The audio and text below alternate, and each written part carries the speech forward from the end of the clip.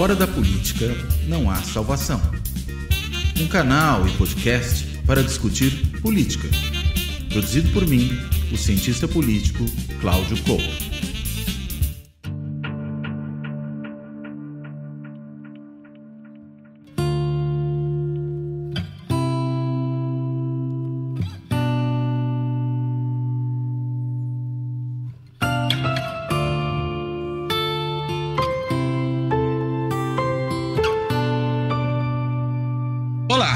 Este Fora da Política não há salvação vai tratar do PL do estupro, que os seus defensores talvez chamariam de PL do aborto, mas que na realidade acabou se tornando, pelo menos na maneira como em grande medida a opinião pública lidou com ele e o denominou como PL do estupro ou PL do estuprador. E por que isso? Porque é um projeto de lei proposto pelo deputado Sóstenes Cavalcante, que é um deputado do PL do Rio de Janeiro, partido do ex-presidente Jair Bolsonaro, no estado do Rio de Janeiro. É também um homem muito vinculado ao pastor Silas Malafaia, é um membro da igreja de Silas Malafaia, foi inclusive um líder da bancada evangélica na Câmara dos Deputados e é o principal propositor, embora não o único propositor, desse projeto de lei. Além, claro, dos propositores, é ali uma longa lista de propositores, nós temos também, claro, que lembrar o nome daqueles, não vou falar todos aqui, mas eu vou depois deixar na descrição desse episódio, para as pessoas que quiserem ver, tanto dos propositores como daqueles que defenderam a urgência na votação desse projeto. E é importante chamar a atenção para a questão da urgência, por quê? Porque quando você tem a tramitação em regime de urgência de um projeto de lei, ele deixa as comissões, ele sai de um processo de deliberação, de debate mais aprofundado, que permite um acompanhamento com mais atenção, com mais cuidado, não só por parte da sociedade civil, mas também mesmo dos representantes dentro do Congresso Nacional, e ele vai diretamente para a votação em plenário. É claro que agora, depois de uma grande reação que se montou, houve um certo recuo por parte, primeiro, do presidente da Casa, Arthur Lira, que foi quem favoreceu a colocação desse projeto em regime de urgência, já que ele está ali tentando fazer média com os setores mais reacionários dentro do Congresso, com a bancada evangélica, mas com toda essa extrema-direita localizada dentro do Congresso, com vistas a tentar fazer o seu sucessor na presidência da Casa, e o próprio Arthur Lira, que também virou alvo de todos esses protestos, as críticas que se fizeram ao projeto de lei do estupro, o Arthur Lira ele acabou recuando, falou que é melhor discutir isso com mais calma, vai deixar para depois das eleições, né? Depois o Sóstenes Cavalcante falou que não é bem assim, que vai discutir antes, que de jeito algum recuou, inclusive que, se for preciso, vão colocar em votação um outro projeto altamente nefasto, que é o Estatuto do Nascituro, e que torna a coisa talvez ainda pior do que esse projeto de lei que estava ali, mas é uma coisa que a gente depois pode discutir aqui.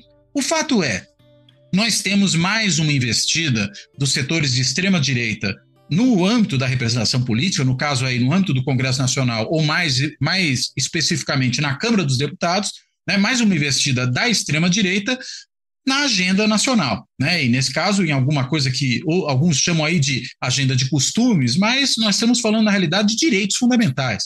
Não é só uma questão de costumes, é uma questão de direitos humanos, de direitos fundamentais, direitos reprodutivos, de direitos das mulheres e mesmo de direitos de crianças e adolescentes que são vítimas preferenciais do crime do estupro e muitas vezes aliás, não só muitas vezes, na maior parte das vezes, dentro de suas residências, o que torna esse assunto de uma gravidade imensa e o que explica, inclusive, a imensa reação que nós vimos na sociedade, em setores da mídia, inclusive, com relação a esse projeto nefando que foi proposto pelo Sóstenes Cavalcante, mas, repito, não só ele. E a questão aqui é, portanto, tentar entender qual é o lugar desse projeto de lei no âmbito dessas investidas que a extrema-direita, hoje muito mais poderosa no Congresso Nacional, já que ampliando a sua bancada, inclusive em relação ao período anterior, que coincidiu com o governo Bolsonaro, essa legislatura tem ali um setor ultra-reacionário maior, mais articulado, mais poderoso dentro do Congresso até do que era antes, e até isso gera muitas vezes um certo paradoxo, de que durante o governo Lula parece que essas pautas estão entrando mais em discussão na Câmara e no Senado do que entravam no quadriênio anterior, justamente porque você não tinha uma bancada tão forte, tão poderosa desses segmentos ali dentro. Enfim, qual é o lugar desse projeto dentro dessas investidas, dentro de uma estratégia maior da extrema-direita de fazer avançar a sua pauta no Brasil? Bem, para poder entender essas questões, eu tenho aqui uma convidada especialíssima para tratar desse tema, que é a Jaqueline Pitangui. A Jaqueline Pitangui, ela é socióloga, né? Ela é, ou foi, melhor dizendo, né, presidente do Conselho Nacional dos Direitos da Mulher, o CNDM, no período entre 1986 e 1989, justamente o período que coincidiu com a Assembleia Nacional Constituinte. Por isso mesmo, ela foi ali uma das pessoas que protagonizou a inscrição de direitos das mulheres na Constituição Brasileira de 1988, naquilo que ficou depois conhecido ali como o lobby do batom, né, e isso foi muito importante na elaboração daquele texto. Foi professora da Pontifícia Universidade Católica do Rio de Janeiro, da Universidade de Rutgers, nos Estados Unidos, e fundou a ONG Sépia, né, que é uma organização que já tem 34 anos, né, tremendamente ativa, e a Sépia significa cidadania, estudo, pesquisa, informação e ação. Né? Esse é o significado da sigla aí da Sépia. Além disso, ela é também membro do conselho editorial da revista Health and Human Rights, né, ou Saúde e Direitos Humanos, da Escola de Saúde Pública da Universidade de Harvard. Né? Enfim, eu quero aí, sem mais delongas, deixa eu ver se eu não esqueci nada aqui para falar dela. Ela é também pesquisadora, colaboradora do Instituto de Estudos Avançados, o IEA, da Universidade de São Paulo, IEA da USP, enfim. E aí, agora sim, sem maiores delongas, eu quero aqui primeiro agradecer a Jaqueline por ter aceito esse convite, topado fazer essa conversa, quero lhe dar as boas-vindas e começo justamente com a pergunta aí que eu, de certa maneira, já coloquei no final da minha introdução. Jaqueline, qual é o lugar que tem esse projeto de lei nesse contexto mais amplo, né, nesse processo que nós temos visto aí de avanço da extrema-direita, dessa extrema-direita muitas vezes de fundo religioso, fundamentalista religiosa, né, que vem atuante no Brasil nesses últimos anos? Por favor. Eu queria primeiro agradecer o convite para estar aqui, para conversar com você. Estou muito contente por essa oportunidade e agradecer a forma como você me introduziu. Na realidade, eu diria que o que nós estamos assistindo agora com esse PL é um ponto de inflexão, mas não é um ponto fora da curva. E o que eu quero dizer com isso? Compreender esse PL e compreender por que esse PL foi colocado em regime de urgência é um pouco compreender essa coreografia das forças políticas atuais no Brasil, e é uma coreografia muito perversa. Na realidade, nós estamos assistindo aqui a estratégias muito organizadas, a estratégias muito bem-sucedidas de avanço da extrema-direita, e um avanço da extrema-direita ancorada não apenas em interesses materiais, mas também com uma base político-religiosa fundamental. E por isso é que eu acho que, ao falar sobre esse PL, nós não podemos deixar de mencionar, por exemplo, o que acaba de ser discutido no Congresso Nacional em termos de políticas de drogas. Nós não podemos deixar de falar de uma aberração chamada castração química de estupradores. Nós não podemos deixar de falar de que a proposta de que clubes de tiro ficassem pelo menos 200 metros longe de escolas foi rejeitada. Então, eu fico, Cláudio, me perguntando o que está sendo armado no Brasil, o que vem por aí. Porque a gente sabe perfeitamente que os direitos eles se inscrevem com a tinta da luta política. Não há outra forma de escrever direitos, ou de apagar direitos, ou de uma certa forma, relativizar direitos. E eu sinto que há um avanço constante dessas forças extremistas, muitas delas falando em nome de Deus, o que acrescenta, então, aí uma suposta legitimidade à sua fala, e um certo constrangimento, um certo silêncio das outras forças políticas. E eu aqui não estou fazendo necessariamente um corte rígido ideológico, esquerda-direita, mas um corte mais abrangente entre democracia e quase, eu diria, civilidade e o que nós estamos vivenciando hoje no Brasil. Então, eu faço digamos assim, essas considerações, porque eu acho que é nesse âmbito que nós precisamos entender a que ponto a dignidade humana, a saúde e o direito à vida de mulheres e meninas virou moeda de troca. Esse PL não tem nada a ver com saúde das mulheres. Não tem nada a ver com direitos humanos. Esse PL é uma moeda de troca. Aliás, o deputado Cavalcante Sóstenes, ele colocou isso sem nenhum pudor, né? Ele colocou claramente que ele estava apresentando a esse projeto porque ele queria ver até que ponto, né, o presidente Lula iria, eu não sei as palavras, nem pretendo aqui citar, mas até que ponto o presidente Lula iria, não sei, honrar o seu compromisso com os evangélicos. Ele disse que estava testando o presidente Ah, Lula, né, na sua lealdade aos evangélicos, tanto que o presidente Lula, numa entrevista que deu à Rádio CBN, respondeu: olha, quem tem que ser testado é ele, não eu. Exatamente, de alguma exatamente. maneira, devolveu isso. Ele estava testando com o quê? Com a saúde e o direito à vida e à dignidade humana das mulheres e meninas brasileiras. Você testa com isso. É uma moeda de troca. E quando o presidente da casa, deputado Arthur Lira, coloca em votação em regime de urgência em 23 segundos,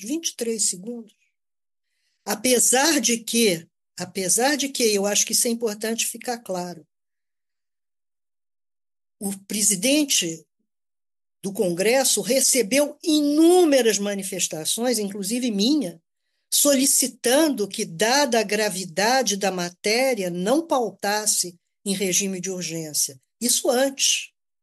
E o Colégio de Líderes recebeu inúmeras solicitações, inúmeras, de diferentes setores da sociedade, pedindo isso. Não coloque esse PL em regime de urgência. É por demais grave. É necessário discutir amplamente. Então, quando o presidente da casa simplesmente ignora a todas essas solicitações de cidadãos e cidadãs brasileiros e coloca em regime de urgência em 23 segundos, é também porque era uma moeda de troca. Era uma moeda de troca, já estava definido. Moeda de troca para quê? Para as próximas eleições, né, para ter o apoio da extrema-direita nas próximas eleições para o Congresso Nacional, para a presidência da casa, e como temos eleições municipais aí, né, às vésperas, também é uma moeda de troca para as eleições municipais.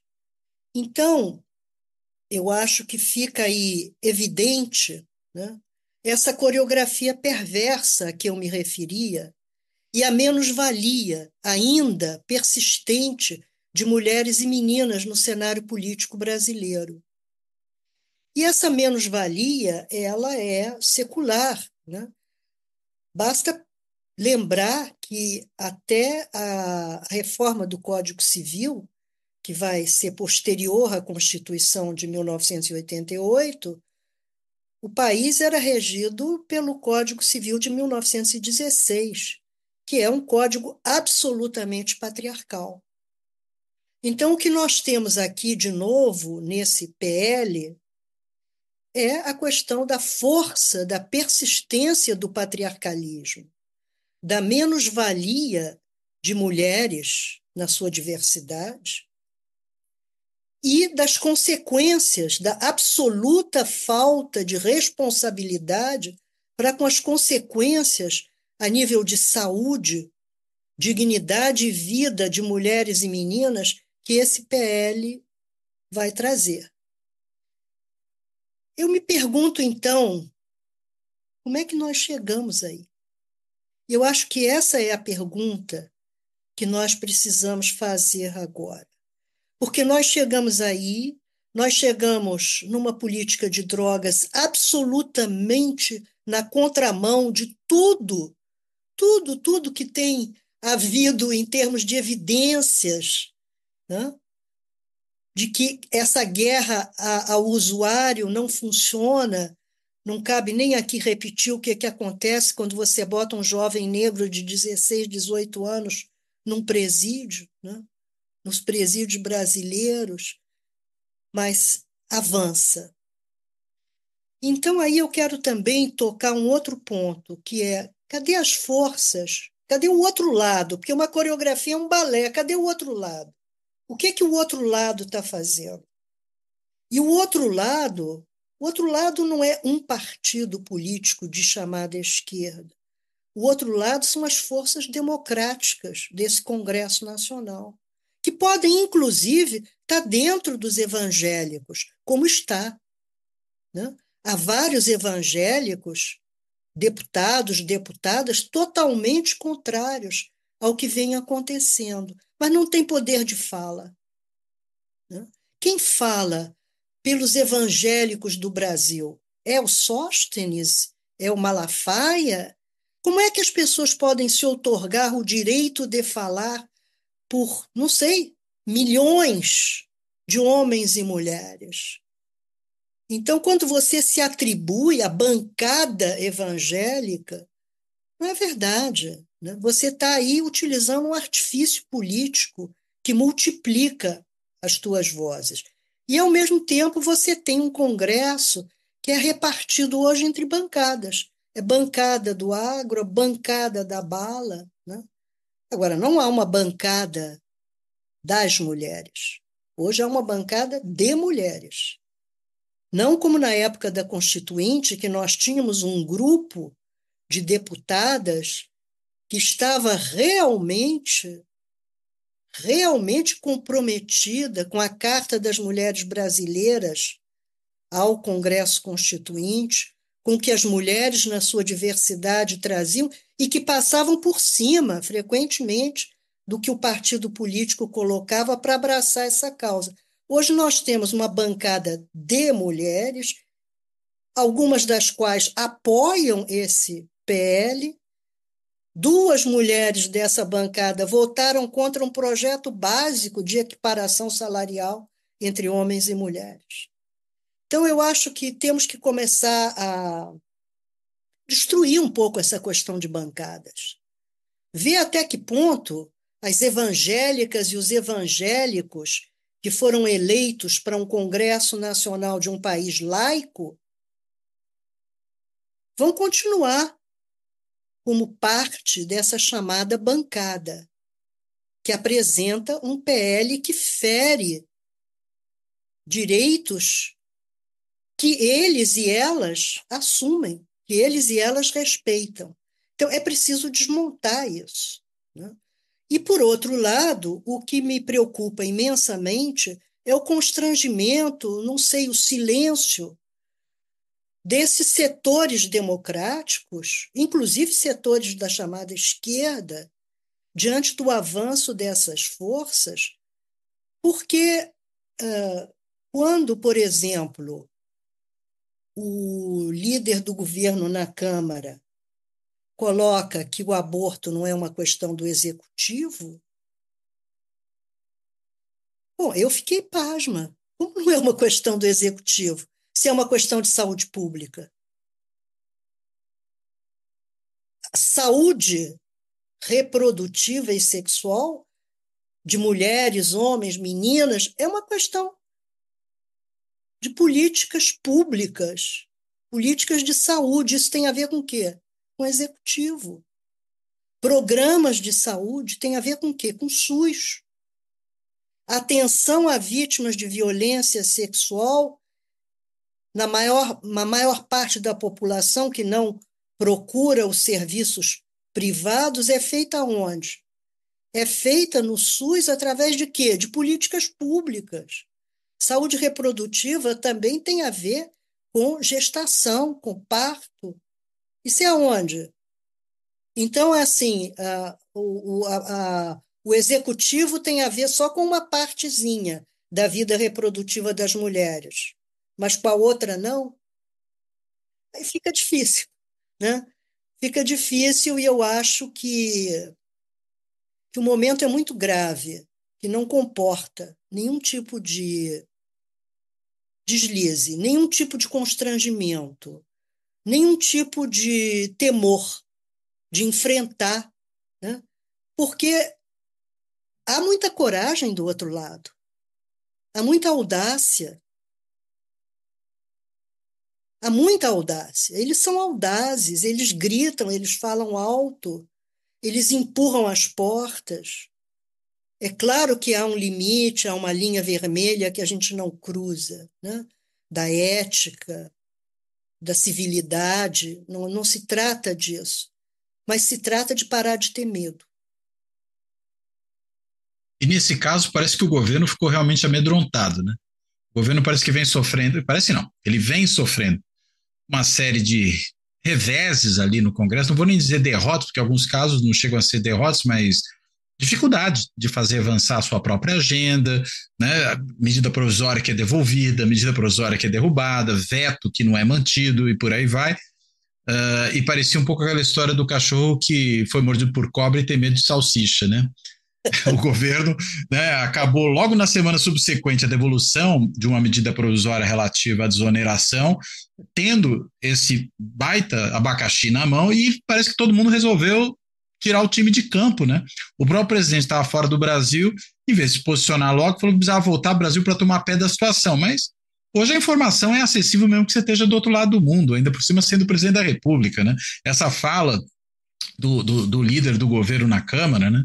Que também foi uma fala lamentável, líder do governo no Congresso, o senador Jacques Wagner também teve uma fala ali ambivalente sobre isso.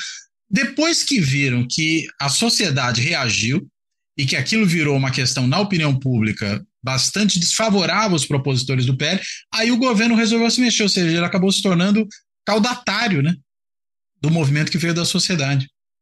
Exatamente, eu acho que você tocou num ponto fundamental, que é a questão do mérito, né?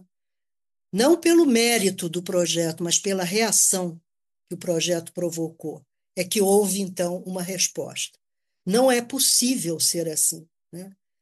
Então, eu acho que é necessário agora que o que é de mérito desse projeto seja veementemente recusado, não pela reação, mas pelo mérito. O que esse projeto significa para um governo democrático, para um governo que não é um governo machista, misógino, autoritário, que não se pretende ser. Então, não é preciso esperar a reação, porque há no mérito em si do projeto suficiente matéria para que o governo reaja, e reaja veementemente. Essa veemência está faltando. E essa veemência eu acho que lhe foi dada agora pela reação. A reação da sociedade na sua imensa diversidade. Imensa diversidade. Homens, mulheres, populações LGBTQ+, mulheres brancas, mulheres negras, os mais diversos segmentos da sociedade se pronunciaram diante do horror. E eu acho que isso, de uma certa forma, tem que fortalecer o governo para que ele se pronuncie com veemência diante dos horrores. Não é possível ficar constrangido e calado, não é mais possível. Porque quando você fica constrangida e calada, o outro lado avança, né? Eu estou assistindo agora a um documentário sobre o avanço do nazismo, não sei se você está vendo. Como é que chama ele? Até bom para ficar de dica aqui para quem Eu sou péssima ouviu para nome, assistir. mas no Netflix, Na e Netflix? pega desde o Tratado de Versailles, da humilhação da Alemanha, né? Do surgimento do Hitler, né? quem era o Hitler na infância. É bem interessante. E como que o silêncio do outro lado é que permitiu que o horror do nazismo fosse crescendo, né? E eu não estou fazendo absolutamente uma comparação, mesmo porque a história é datada, né? Mas há alguns elementos que são fundamentais, e o silêncio e o constrangimento, quando do outro lado você tem a presença forte, marcante, não é bom, não é bom. Desequilibra essa coreografia, né? E eu acho que agora é possível que haja um maior equilíbrio. E um outro ponto que eu acho também que é muito importante a gente pensar no avanço dessas forças extremistas, que se calcam também no uso da religião, um uso que muitas pessoas religiosas têm pudor em fazer, né? Justamente porque respeitam a Deus, respeitam a Cristo, a religião que qualquer que seja, mas esse uso assim muito banal da religião, eu acho que tem sido também uma estratégia muito bem sucedida no sentido de construir na sociedade brasileira um medo coletivo. Medo de quê? Há muitos anos, desde o governo anterior e desde antes do governo anterior, que vem sendo construído esse medo difuso, coletivo. É medo de quê? É medo de que o menino vai virar menina na escola. Vai na escola e olha que horror. No sentido de um pai, uma mãe, fala assim, não, mas agora meu filho, na hora que ele for para a escola, ele vira menina, a menina vira menino. Tem um medo terrível de uma coisa que eles chamam de ideologia de gênero, que eu não sei o que é, né?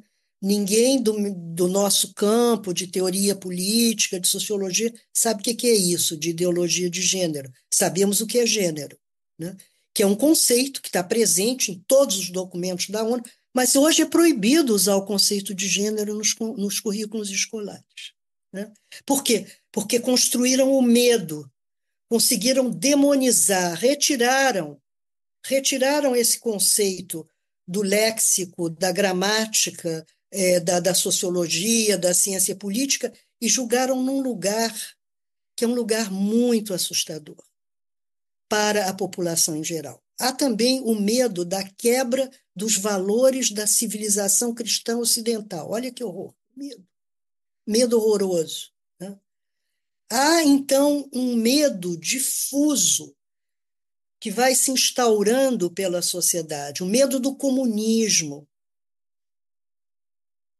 e a destruição das famílias, dos valores familiares. É disso também que se insere esse PL da condenação das meninas e mulheres, né, que, tendo sido estupradas, levam o abortamento a depois de 22 semanas. Então, isso cria uma disfunção cognitiva geral, através dos fake news, das redes sociais. Então, há um outro componente na política, né? E esse componente é fortíssimo e é muito bem utilizado pela extrema-direita. E está presente, eu tenho certeza que está presente também nas pessoas que vão apoiar esse PL. Porque, no fundo, você constrói categorias políticas de acusação. Que categorias políticas de acusação são essas? As feministas são claramente uma categoria política de acusação hoje para esses setores. Toda a população LGBTQ+, categoria política de acusação. Movimentos antirracistas, movimentos negros, indígenas, categorias políticas de acusação. Estão fora da ordem, não é verdade? Dessa ordem que eles, então, trazem a segurança de que essa ordem vai ser mantida. Que essa ordem vai ser mantida. Eu acho isso de um poder enorme. Como instrumento de estratégia política, né? Como uma estratégia política, eu acho assim muito bem sucedida.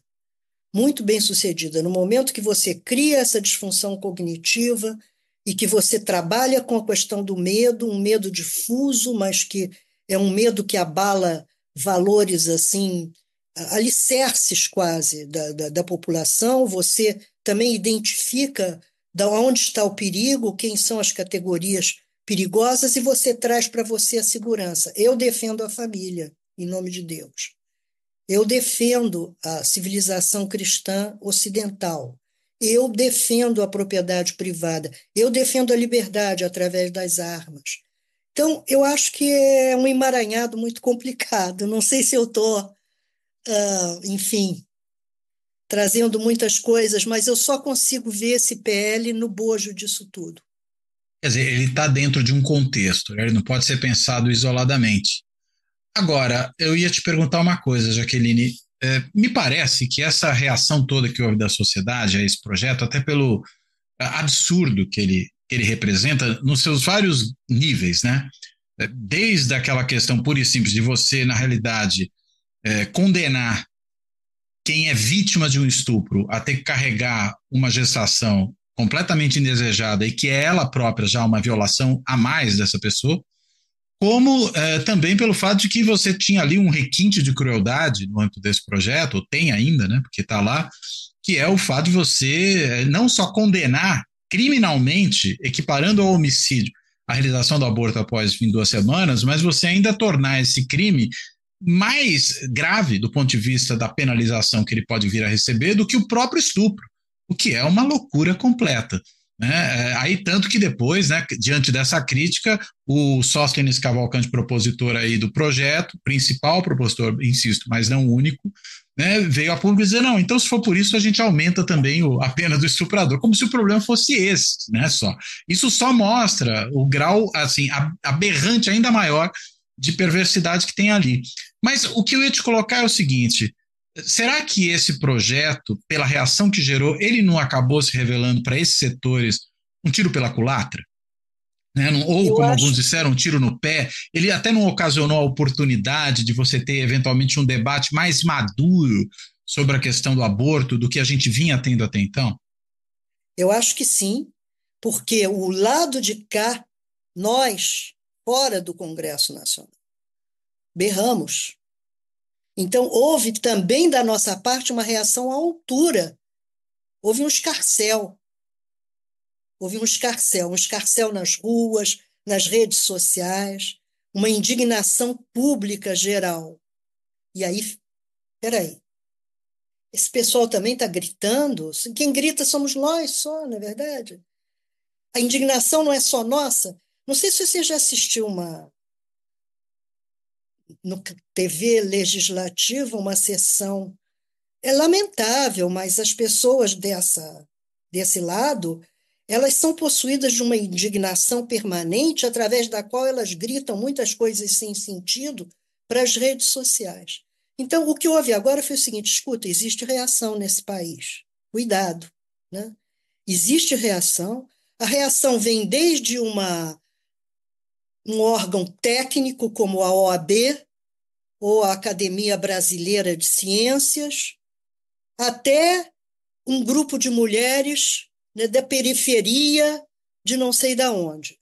A sociedade como um todo, na sua diversidade, está se pronunciando. Então, nesse sentido, eu acho que sim, foi um tiro no pé, né? Agora, a gente não pode parar de berrar, parar de dizer essas coisas que estão acontecendo aí, está tudo errado, não pode acontecer assim. Né? Não pode acontecer assim. Essa chamada pauta de moral e costumes, ela não pode ser moeda de troca. Então, tá bom, eu abro mão aqui, deixa eu botar na prisão os meninos aí de 17, 18 anos, jovens negros de periferia, porque estavam com um pouquinho de maconha. Vamos botar 20 anos aqui para a menina de 13 anos estuprada pelo pai. Passa, por favor, a reforma tributária. Não é possível. Não é possível mais continuar esse jogo, né? Esse jogo.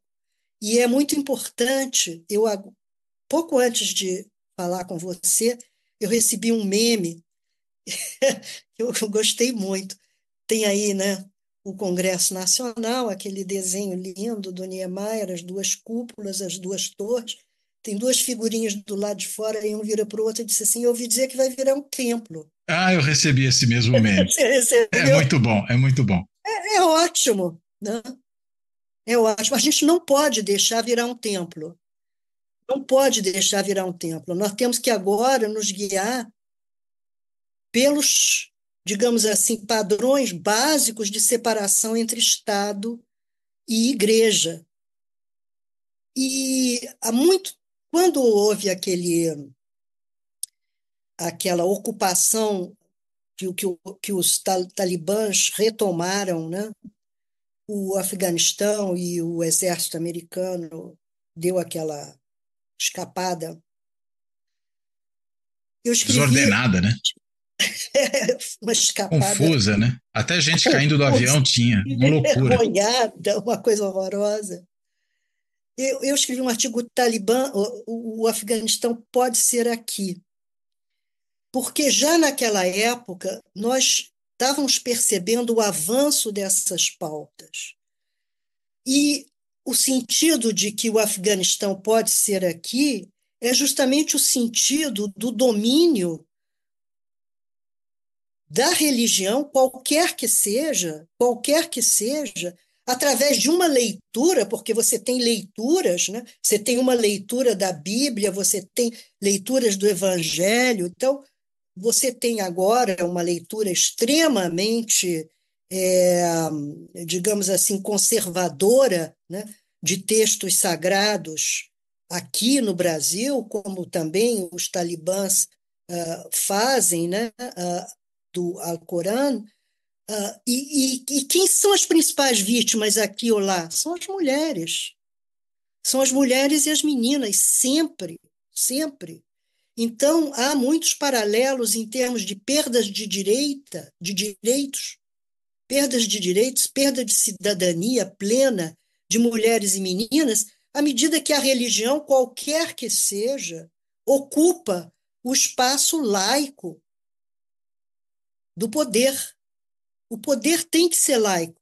Tem que ser laico, primeiro, para permitir a liberdade religiosa, porque o Estado teocrático não permite a liberdade religiosa. E segundo, porque Estado teocrático tem como principal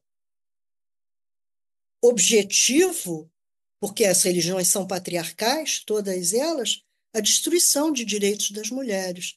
Então, eu acho que é importante que as mulheres evangélicas, as mulheres católicas, porque não vamos botar a culpa só nas igrejas evangélicas. A Confederação Nacional dos Bispos também se pronunciou para a minha Favoravelmente ao projeto, imensa né?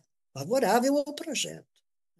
Então, nós temos aí quase que uma, uma, uma, uma coreografia religiosa cristã, né? Não sei judaica, não vou colocar o judaísmo aí, mas a partir da Bíblia, a partir do Evangelho, que condena as mulheres. Então é muito importante, não sei, sentir que você pode ter a sua espiritualidade, pode seguir acreditando e pode ter um Cristo dentro de você que é um Cristo, sabe, é um Cristo misericordioso, é um Cristo amigo, é um Cristo que abraça Maria Madalena, é um Cristo que fala de justiça.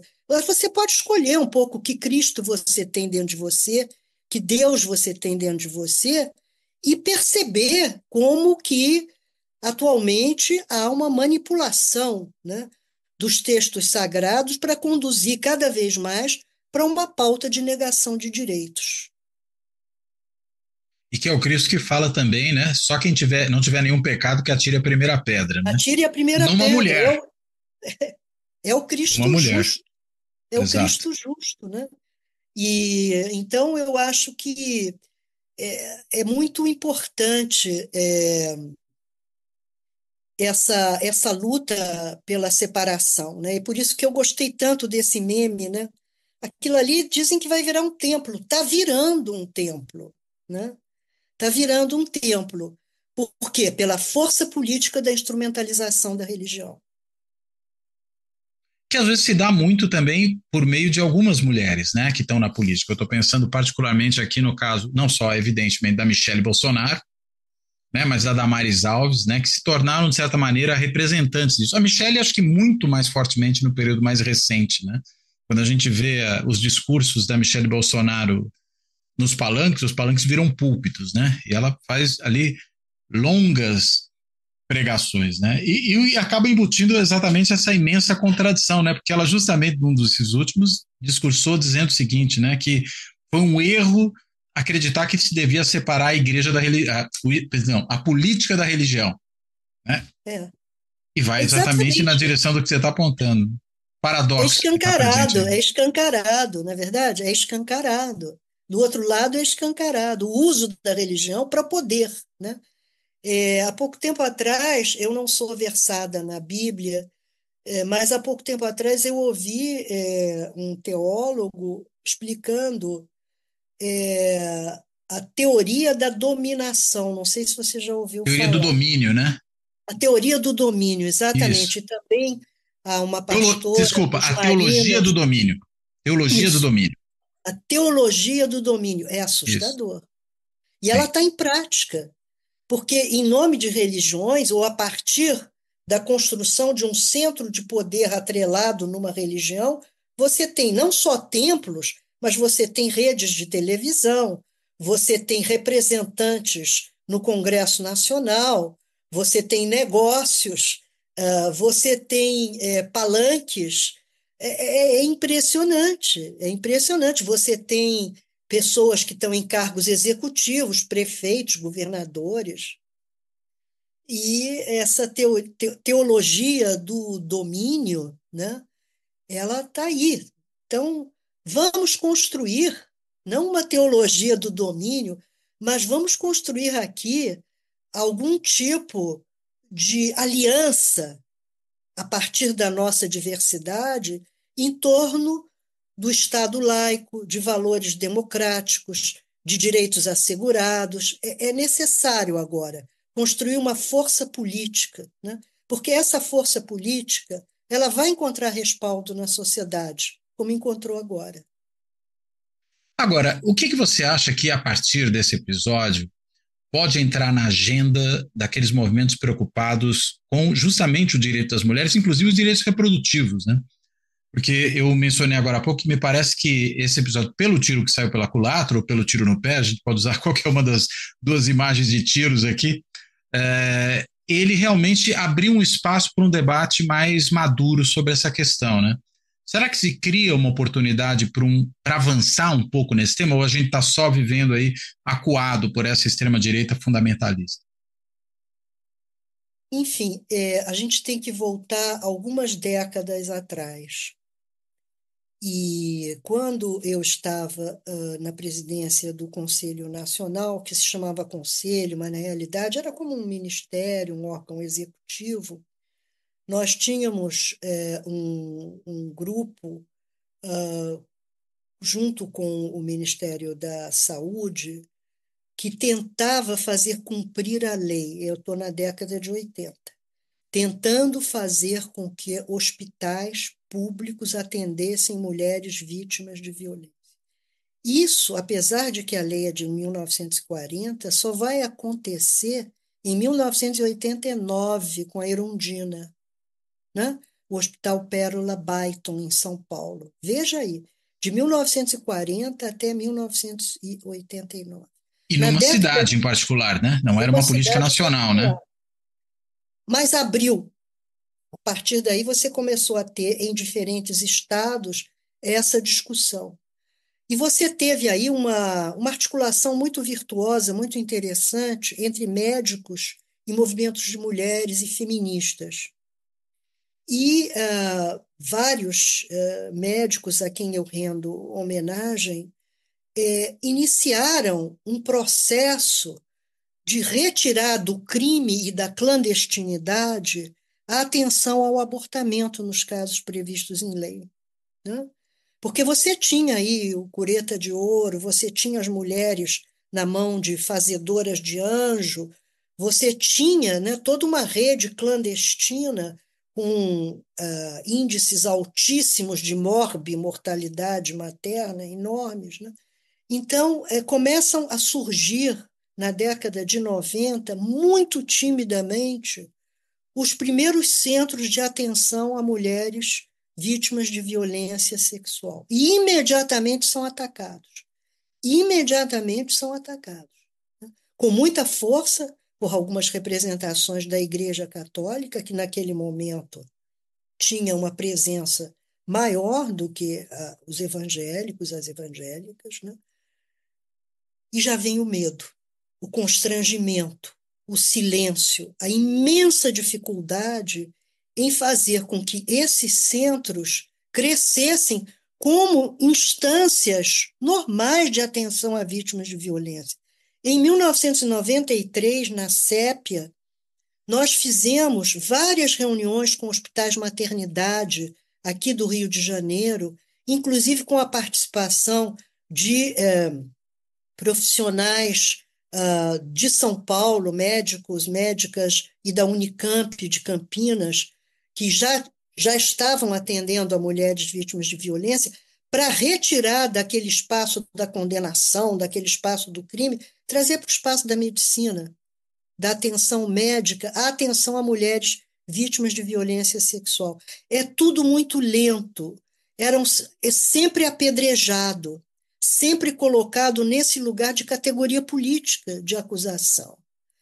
E essa é uma das razões, Cláudio, pela qual nós temos no Brasil gravidezes que ultrapassam as 22 semanas. Que até hoje o Estado, o Poder Executivo, isso é responsabilidade do Executivo, o Poder Executivo não tem oferecido suficientes centros de atenção a mulheres vítimas de violência que, além de profilaxia, né, além de pílulas do dia seguinte, como chamam, ou contracepção de emergência, e eu abro um parênteses, até a contracepção de emergência é atacada por setores religiosos. Até a contracepção de emergência. Sendo que a contracepção de emergência, a FIGO, né, que é a Federação Internacional de Ginecologia e Obstetrícia, já deixou claramente que não é abortivo porque impede a ilação. Não tem aborto nenhum aí, impede a ilação. Mas mesmo assim... Que né, seria a pílula do dia seguinte. É a chamada pílula do dia seguinte. Então, até a pílula do dia seguinte é atacada. Então, o que eles querem? Não tem centros de referência que atendam a mulheres vítimas de violência sexual. E, quando nós entramos no caso das adolescentes, e isso já foi muito dito, mas é sempre bom reprisar, quando você inicia o teu ciclo menstrual na puberdade, pré-puberdade, é muito irregular. Muito irregular. As meninas nem sabem que estão grávidas. Não têm ideia, não têm ideia. Frequentemente é na escola a professora que percebe alguma coisa, né? Ou a mãe, se tem um olhar atento, uma tia, uma irmã mais velha. Quando a barriguinha começa a aparecer, essas meninas já estão com 4 meses, né? Caminhando para 5 meses, e aí elas começam a via crucis de procurar atenção. E aí encontram essa ausência do Estado, a ausência do Poder Executivo. Né? E esbarram também no Judiciário, que muitas vezes vai dizer não é necessário, mas vai ao Judiciário, um Judiciário ainda muito conservador em instâncias inferiores, né, do Judiciário, que faz a sentença baseado, às vezes, em textos sagrados ou em suas convicções religiosas. Não pode. E está crescendo. O período gestacional vai aumentando. Isso com meninas, com relação a meninas. Mas mulheres adultas, sobretudo as mulheres mais pobres, e a maioria dessas mulheres e meninas são negras, também, né? Vão aonde? E o dinheiro para o ônibus, para o trem, para não sei o quê, para chegar em tal centro, e vai passando, né? E vai passando. Ou chega lá, como chega em Cachoeirinha, e não é atendida, não é verdade? Em São Paulo. Então, eu acho que é um emaranhado de perversidades. É um Aliás, emaranhado. o que eu ia te perguntar em relação a essa ausência do executivo, né? Você mencionou lá atrás, por exemplo, a questão das escolas, né, e do ataque que certos grupos têm feito, o que eles chamam de ideologia de gênero.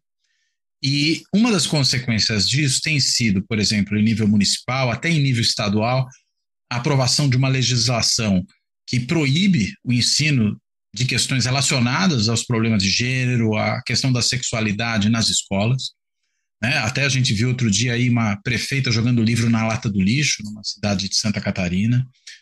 Existe também algum tipo de ação, aí eu não estou nem falando de ausência do Estado, estou pensando numa outra coisa, uma ação de governos em nível estadual, em nível municipal, no sentido de justamente dificultar esse atendimento de mulheres que são vítimas de violência sexual? Isso também tem ocorrido dentro dessa linha, né, de impedir o abortamento legal? Eu acho que sim, eu acho que sim. Eu me lembro, há muitos anos atrás, por isso que eu quero dizer que essa luta tem uma história muito longa, num governo do César Maia, no Rio de Janeiro, que ele se colocou contra a pílula do dia seguinte, O que César Maia. antecede, inclusive, por quê? Por pressão da igreja. Então é isso. Eu acho que os nossos políticos e as nossas políticas têm que entender que há também uma pressão surda das mulheres e das meninas. Que essa pressão, ela não, ela agora eclodiu. Ela agora eclodiu, porque chegou a um ápice. Mas ela está aí. E é preciso que governantes que são democráticos e que não são extremistas entendam que eles têm o apoio calado. Parem de dificultar o exercício de direitos assegurados às mulheres. Já está tão difícil avançar, né? Você veja aí o PL 442 parado no Supremo Tribunal, né? Já está Esse tão qual que difícil. é? O 442, É o ele trata do PL que quê? permite o abortamento até 12 semanas, Hum. que foi que a ministra Rosa Weber deu um voto memorável, favorável, um voto todo ele ancorado na ideia de direitos humanos, de direitos reprodutivos e de justiça, justiça reprodutiva. E esse PL está parado no Supremo Tribunal, sem, digamos assim, possibilidade de avanço, quando, na maior parte dos países do mundo, e aqui ao nosso ao redor, né, até as 12 primeiras semanas, você não coloca maiores empecilhos para a interrupção da gravidez. Então, o Brasil está muito atrás. E, como eu digo novamente, não está atrás só a nível de direitos reprodutivos. O Brasil está muito atrás, por exemplo, a nível de participação política das mulheres. Quantos países na América Latina têm participação igualitária? No México, desde 2019, que levou agora a uma presidenta, né? O Brasil está atrás de Belize, a nível de participação política das mulheres, né? Isso nas Ah, Américas, né, você está falando? nas Américas.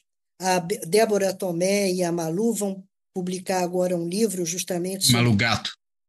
isso, sobre participação política das mulheres e colocam essa dimensão, né? Vamos entender o Brasil também, não olhar só para o nosso umbigo, mas olhar o Brasil no mundo.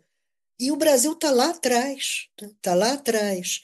Não quer dizer que o sexo biológico garanta uma posição avançada em relação aos direitos das mulheres, mas ajuda, né? E então eu acho que quando a gente pensa no que você colocou, se os governos estaduais, municipais dificultam, eu acho que sim, que grande parte ou a maior parte desses governos não expande o número de serviços, não dá suficientes recursos aos serviços que já funcionam. É um pouco assim como se você tivesse uma graduação, né? na medicina, a oncologia ou não sei, a cardiologia está aqui, mas a atenção ao abortamento seguro está lá embaixo, né? Não, não é possível isso, não é possível. Nós estamos sempre tratando de vidas humanas, sempre tratando de vidas humanas. E a mortalidade materna no Brasil, eu vou falar devagar assim, é escandalosa, escandalosa. Aqui no Rio de Janeiro, a razão de morte materna chegou a 111 por 100 mil, logo depois da Covid. Isso é igual à África subsaariana. Pensar que nossos vizinhos aqui é 20, é 18, é 30. A gente chegou a 111. Isso A tem gente a ver está com a questão do baixando agora abortamento? para 70. Hã? Isso tem a Não, o ver com a questão do abortamento aborto? é a quinta. Não, morte materna, por Em diversas geral, causas. por várias Em causas, tá? geral, a morte materna tem diversas causas, mas a morte materna é um índice da situação e do respeito às mulheres naquela sociedade. Por quê? Porque a Que morte alto. materna depende muito mais de vontade política do que grandes tecnologias, né? É atenção ao pré-natal, ao parto, ao puerpério, né? E as causas da morte materna, além de causas hospitalares, opressão alta, etc., o abortamento inseguro é a quinta, quarta, em certos lugares, terceira causa da morte materna no Brasil. Então, nós estamos falando de quê? Saúde pública, né? E essa pergunta tua com relação aos governos estaduais, municipais, eu digo governo federal também, né? Porque muitos hospitais são hospitais federais, né? Tem tudo a ver. Tem tudo a ver com a questão do abortamento e tem tudo a ver com a questão da morte materna. E a gente viu também, a gente está falando dos governos, né? Mas um órgão que não é um órgão exatamente de governo, mas é quase um órgão paraestatal, Conselho Federal de Medicina, né? Muito dessa discussão surgiu agora, mais recentemente, para além desse projeto, e até esse projeto, de alguma forma, veio motivado também por uma reação do Supremo Tribunal Federal, né, na figura do ministro Alexandre de Moraes, há uma decisão do CFM, né, que é a de proibir, né, o procedimento, né, usado para a interrupção da gravidez a partir da 22ª semana. Né? O que você entende que acontece no Conselho Federal de Medicina, esse mesmo Conselho Federal de Medicina, aliás, que durante o período da pandemia, inclusive, permitiu que os médicos continuassem prescrevendo tratamentos que não fazem sentido, né, que não tem comprovação científica, dizendo que aquilo era uma coisa que ficava no âmbito da autonomia do médico, mas agora não fica no âmbito da autonomia do médico, eles vêm e proíbem o procedimento que é previsto em lei como possível. Então é gozado, né? Um Conselho Federal de Medicina que não é lá muito coerente, até mesmo com as suas posições em relação a formas dos médicos procederem. Eu acho que todas as associações, a gestão é um esquema de poder, né? Você luta para assumir, você luta para assumir a associação de não sei o quê, de não sei o quê.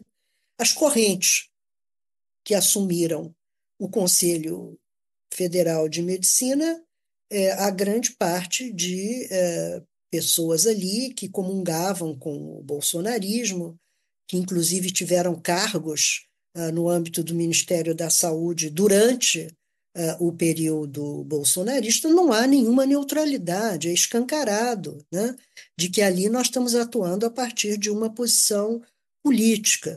Porque se essa posição política também é embasada em crenças religiosas, eu não sei, não sei qual é a religiosidade, eu diria que eu nem quero saber, né? Mas claramente há ali uma posição política de um conselho e é o que está embasando a opinião nesse caso, né? Porque a sistolia ela é recomendada pela Organização Mundial de Saúde. Então, isso já vinha acontecendo quando, ainda no governo passado, o o gestor da área de saúde da mulher, ele promulgou uma portaria que dizia que todo aborto é crime. Sim. Quando, pelo Código Penal, há algumas circunstâncias que o abortamento não é penalizado. Então, isso já vem de longe, é uma gestação, digamos, coordenada. É isso que eu quero chamar a atenção. Não é assim, puf, aconteceu, meu Deus, olha que maluco esse Sóstenes Cavalcante doido, trouxe um projeto maluco, né? E aí botou essa aberração. Não, imagina, não é. É tudo coordenado, tem uma coreografia aí, né? Bem organizada. E como você colocou, a outra ponta desse balé é o Supremo Tribunal Federal, porque foi quando o Supremo Tribunal Federal revogou um parecer do Conselho Federal de Medicina que punia médicos, médicas que fizessem o abortamento com 22 semanas ou mais, é que veio essa reação do Sóstenes. Então está tudo coordenado. Né? A gente precisa se coordenar mais. Nós é que estamos descoordenados. Né? Esse pessoal é muito coordenado, talvez até em demasia. É articulado, coordenado, é estratégico, entendeu? E a gente tem que entender que a gente precisa também avançar um pouquinho na nossa coordenação e na nossa estratégia. Muito bem. Jaqueline, muito boa conversa. Quero te agradecer muitíssimo por ela, mas eu quero ainda te devolver a palavra para você, se ainda tiver algum ponto que ache que a gente não tocou e que é importante trazer, você possa fazer isso agora e também, claro, na sequência aí fazer as suas amarrações finais, por favor. Bem, eu queria agradecer, não quero parecer pessimista, ao contrário, eu acho que houve uma reação fundamental da sociedade civil na sua diversidade, muito alavancada por esse vigoroso movimento feminista ao qual eu com muito orgulho pertenço, mas que abarcou muitos outros setores e que cada vez mais é importante que haja uma atuação em aliança conjunta, né? E que nós sejamos estratégicos e estratégicas. Agora, eu queria terminar, Cláudio, colocando que quando a Pandora abriu a caixa contendo todos os males, a esperança ficou dentro. Então, vamos terminar com esperança. Tá ótimo. É um bom término. É um bom término. E é um bom começo também, eu diria. Começo. Que isso possa ser também um bom começo. Muito bem. Bem, então, reiterando aqui, brigadíssimo, Jaqueline, pela conversa, pelos muitos esclarecimentos. E eu quero aqui, como faço sempre no fechamento, além de agradecer a Jaqueline por essa conversa, eu quero também agradecer a todos e a todos que têm acompanhado Fora da Política Nossa Salvação, seja no canal do YouTube, seja no podcast, que está disponível em mais de 20 plataformas de áudio, e quero também, como faço sempre aqui, agradecer especialmente a quem tem contribuído de alguma maneira com o projeto canal. Pode ser por intermédio do botãozinho do Valeu Demais no YouTube, que é aquele botão que tem embaixo do vídeo, o botão do coraçãozinho que permite que a pessoa faça uma contribuição pontual, ou quem assim optar, fazendo uma inscrição no canal, se tornando membro do canal por intermédio do Clube dos Canais, e aí permite isso uma contribuição continuada, de forma parecida, fazendo uma assinatura simbólica no site financiamento coletivo benfeitoria.com, e aí basta digitar benfeitoria.com/apoio Fora da Política Nossa Salvação, ou então ir diretamente ao site do benfeitoria.com e procurar por lá pelo projeto de apoio ao projeto do Fora da Política Nossa Salvação. E ainda, claro, até para quem tem optado também por esse caminho, fazendo um Pix, né? E o Pix, né? Ou a chave Pix do canal é contato@foradapoliticanãohasalvação.info. Repetindo aqui também para quem quiser mandar uma mensagem, contato@foradapoliticanãohasalvação.info. Bem, então, de tudo isso, eu reitero aqui meu agradecimento à Jaqueline, me despeço dela e me despeço de todo mundo. Até a próxima.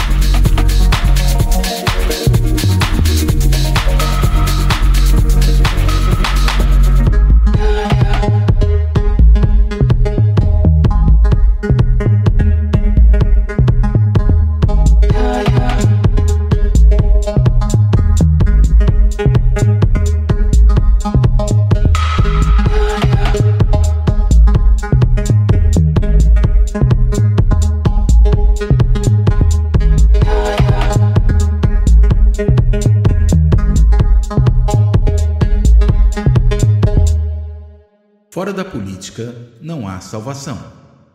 Um canal e podcast para discutir política. Produzido por mim, o cientista político Cláudio Couto.